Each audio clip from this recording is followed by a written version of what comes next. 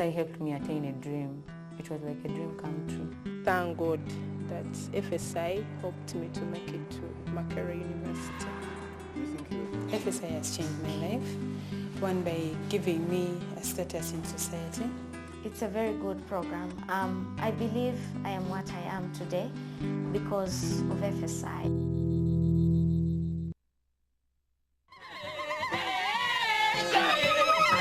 Every year, institutions of higher learning in Uganda churn out thousands of men and women graduates in various disciplines.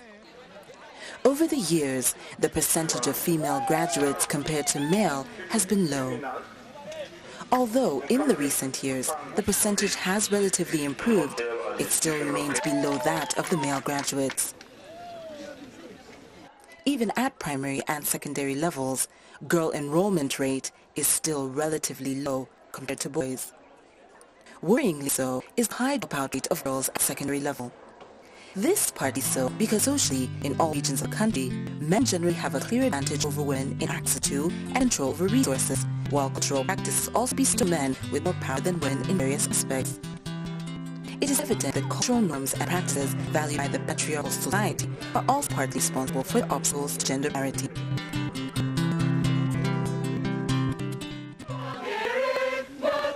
Makerere University, Uganda's oldest pioneer public university. It is one of the most prestigious universities in Africa and most respected in the sub-region. For that reason, getting enrolled at Makerere University is every student's dream.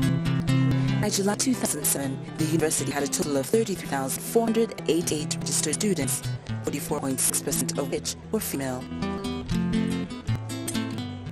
In 2007, a total of 10,178 students, of which 4,566 were females, graduated from Makerere University. Following the increased need to enhance enrollment, retention and academic performance of female undergraduates at Makerere University, more so to aid the promising students from underprivileged families, a female scholarship initiative was introduced. Professor Joy Kwesiga initiated the program and went ahead to be the first head of the project. American foundations, Food Foundation, Carnegie Corporation of New York, and the others, the Rockefeller and the others, they said we needed to help higher education in Africa. And one of the issues was on gender. But because Makerere University already had experience of 1.5, it was clear where the gaps are. We needed to fish out the most needed girls so that they can take advantage of scholarship because they are already qualified. They have worked very hard, you know, they haven't been to nursery, they don't see newspapers, they don't see television compared to others. So if they can reach that stage, they need to be aided. The project, which is housed in the university's gender mainstreaming division, was launched in 2001, and the first 99 beneficiaries were admitted at the university for the 2001-2002 academic year. What is core criteria for eligibility? Girls from the most disadvantaged backgrounds and hard-to-reach areas and the poorest in the country in terms of the UNHS, Uganda National Household Survey statistics, that places the regions to be poorer than the rest. Then there's a deliberate effort to recruit girls from those regions, and those are most of the beneficiaries of FSI. We have what we call FSI subcommittee, the university committee, and first of all, it came up with selection criteria at the inception of FSI.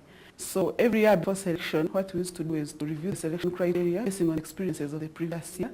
Members of the committee go to schools, secondary schools, and they purposely select schools where there are girls, and they look at schools from remote areas. So the first activity that is done is to sensitize these secondary school girls when they are still in secondary school so that they think about what they want to be or what they want to aspire to be. Then when the time for selection comes, we advertise. We use very many channels of advertisement. We use the radio and we use local radios so that we reach all corners of the country. We use newspapers and we also use district education officers so that we try to diversify channels through which we reach out the potential beneficiaries of FSI. Then when the time for application comes, we call for application using those channels as we have spread them out, even the schools, the district officials, and the applicants come to pick application forms either from this office or through the district education officers. Then to ensure that we involve the local people In the screening, we involve the local LC1 chairpersons and LC1 secretaries for women to endorse on these application forms to kind of validate the information that the beneficiaries, the applicants, have turned down. Then also the head teachers of the schools where these applicants were studying also involved in endorsing the forms. Then after we have received all the forms, the committee, together with the general streaming staff, goes to screening the forms, what we used to call assessing the forms. We look at the information by the applicant, we compare it to the information by the head teacher and LC, and we try to find out whether this person is deserving. Then we make a short list, which list is used to go for home validation. We visit the homes, try and find out whether what the applicant put on the form is actually true. And we also want to observe the situation at home. We look at the siblings at home, their situation, the economic activities that take place in the homes, and before we go to the home itself, we do some research with the committees around to see what information we can get out.